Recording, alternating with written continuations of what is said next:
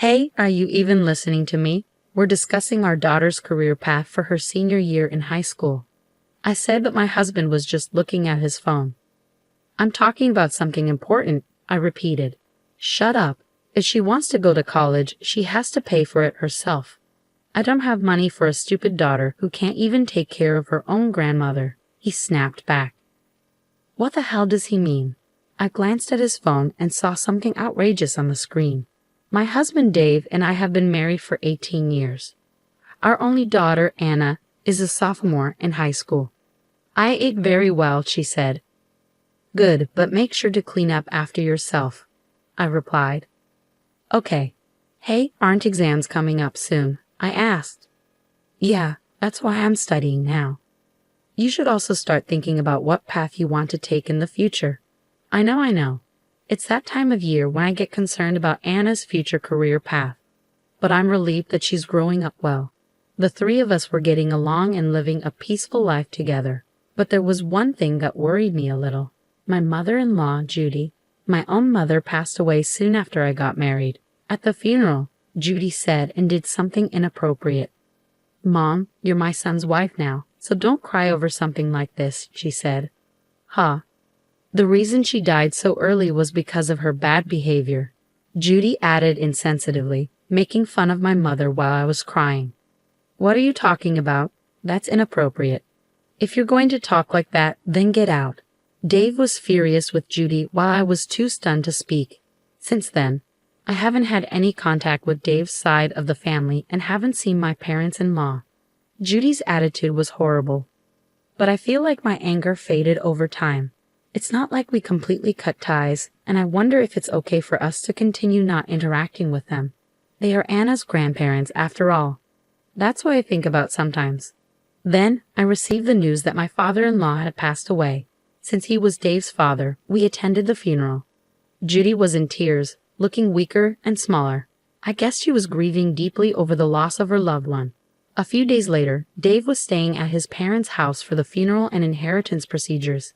When he returned home, he proposed that we move in with Judy. My mother is the only one living in their house now, and she seems very depressed, Dave said. I see, I replied, picturing Judy crying alone.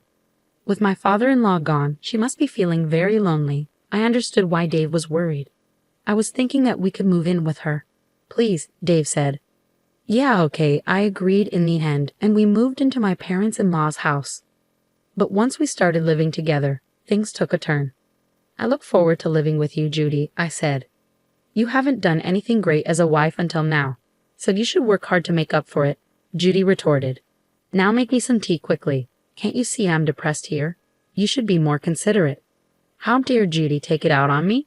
I decided to move in with her because I thought she was lonely. But what is with her attitude? Dave and I both work, but he leaves all the house chores to me. Hey, is dinner ready yet? I just got home from work, Dave demanded. You're such a bad wife, ignoring what you need to do in the house when you're a wife. I'm really disappointed in you, Judy added.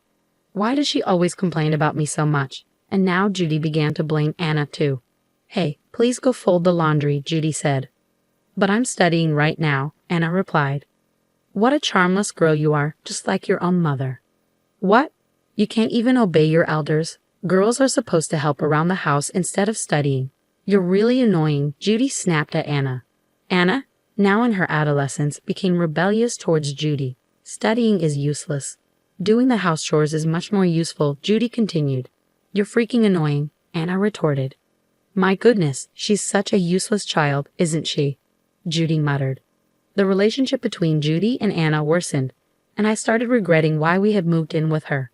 I wondered why I had ever agreed to live with her. Meanwhile, Dave was gradually being brainwashed by Judy. I'm home, Dave said as he walked in. Welcome home, honey. Let me get your bag and jacket. You should sit and relax, Judy responded. Oh, thanks, Dave said. It's actually the wife's job to serve her own husband. I'd like to teach Clara all the things I do as a wife. But it's hard when she's not motivated and doesn't take me seriously, Judy complained. Really? Dave replied. When Judy lied and cried, Dave defended her and didn't listen to what Anna and I had to say.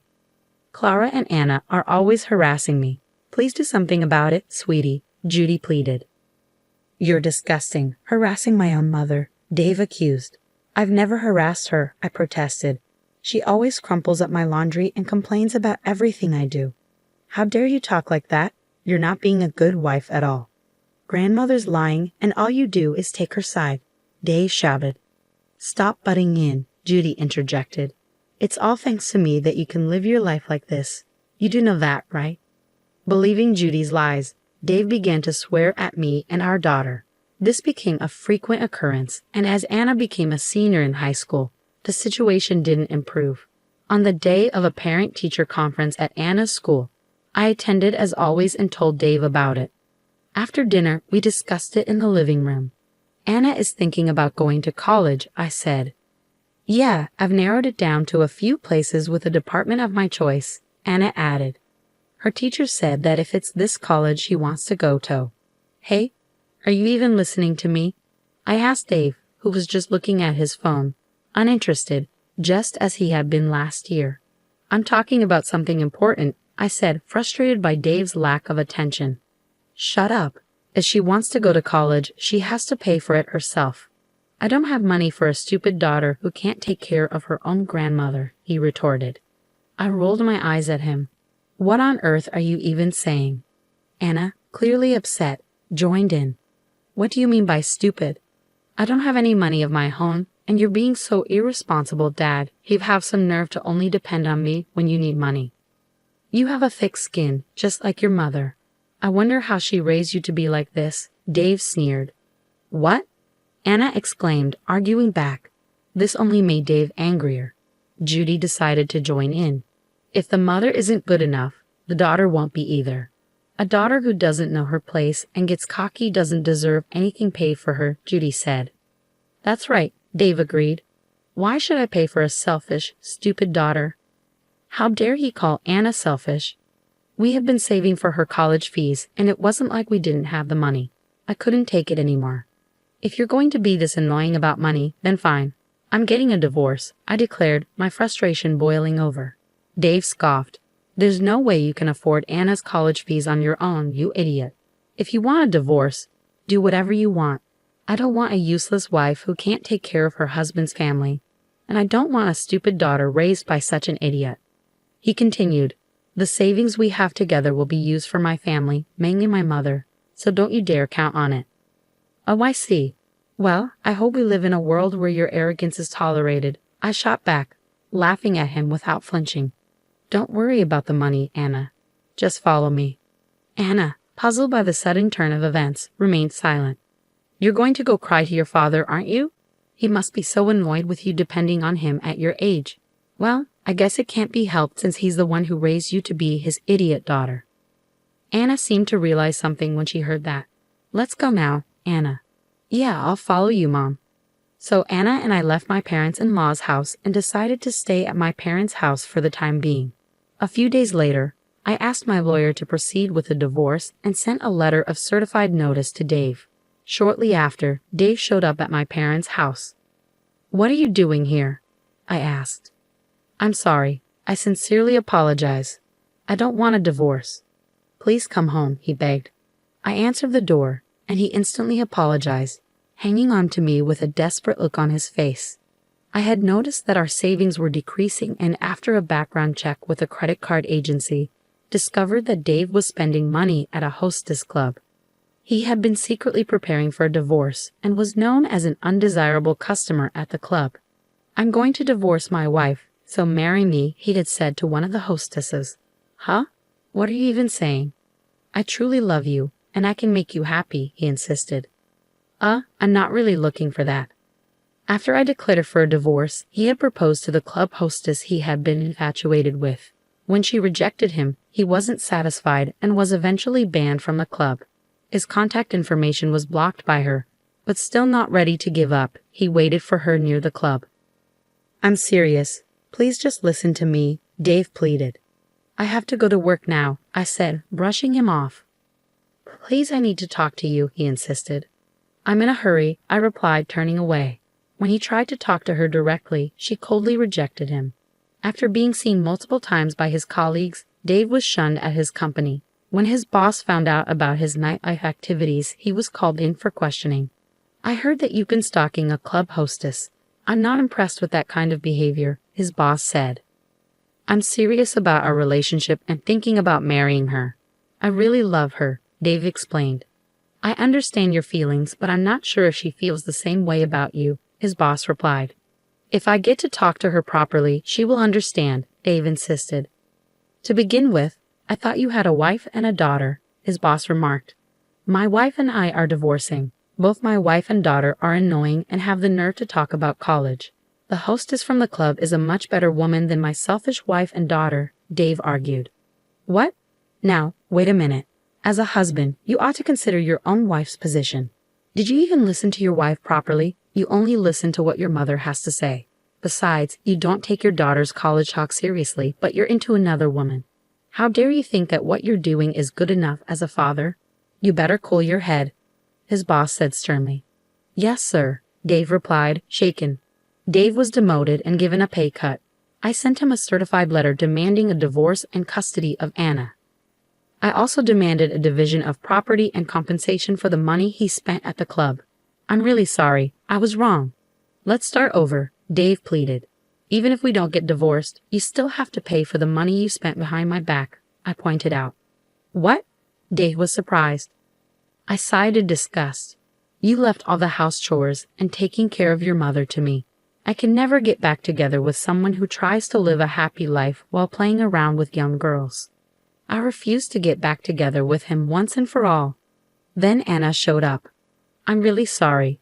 I'll be a good father to you. Let's start over, Dave begged. Anna glared at him coldly. Do you have any idea what I've been going through these past few months? If you think you can be forgiven with one light apology, you're stupid. Just because I'm in high school, you look down on me. A father who takes away his daughter's future options but plays around and pays other young women is too creepy and gross for me. Dave couldn't hide his shock at Anna's rejection. He slumped his shoulders and left. Soon after, he was completely depressed, rejected by the hostess at the club as well. Eventually, Dave gave up trying to get back with me and paid the fees I claimed. The money he spent at the club and the alimony were covered by his inheritance from his father. But it wasn't enough, so the rest was paid in installments. The monthly alimony and child support payments were difficult for Dave, who had a pay cut. After the divorce, Judy visited me once at my parents' house. You have made my life difficult. I forgive you, so you should forgive my son and come back home, Judy screamed at me from the front door. I'm so fed up with my selfish mother-in-law always looking down on me, I said. I called Dave, and he rushed over to pick Judy up. Mom, what are you doing? Dave asked. I'm telling your stubborn wife to get her act together, Judy said. I'm not his wife anymore. I have a record of what you've been saying to me when we lived together, so I can file a claim for alimony if that's what you want, I replied calmly. How dare you talk to me like that? Judy got angry. That's enough. You're putting me in a bad position, Mother. Dave lost his temper. Dave got so angry that he put Judy in an institution. With the alimony, child support payments, and payment for the facility, my ex-husband's life became quite tight. Another tough month, Dave sighed. He had to do all the house chores himself and was living a lonely life. My daughter and I were spending peaceful days at my parents' house. Despite everything that had happened, she was doing her best to pass the entrance exam for college. Here you go, your dinner, I said, handing her a plate. Thanks, I was just getting a little hungry. I'll eat now, Anna said. You're working hard, but don't push yourself too much, I told her. I'm my mother's daughter, and since you don't have any good luck with men, I'm going to do my very best and become an independent woman who can live on her own without depending on a man. Anna joked. I laughed. Oh, I see. But if my daughter is working hard to follow the path she has chosen, I'll do my best to support her. I want her to be truly happy more than anything else.